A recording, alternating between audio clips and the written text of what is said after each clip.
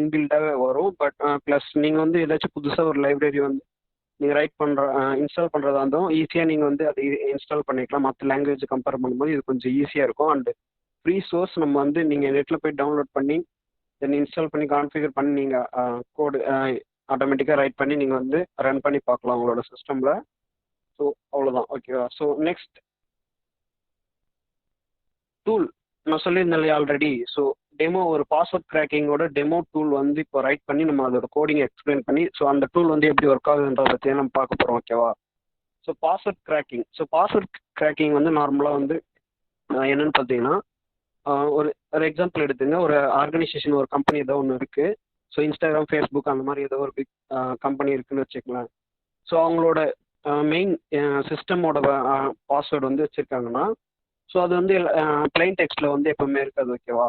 so அது என்ன பண்ணுவாங்கன்னு பார்த்தீங்கன்னா ஹேஷ் பண்ணி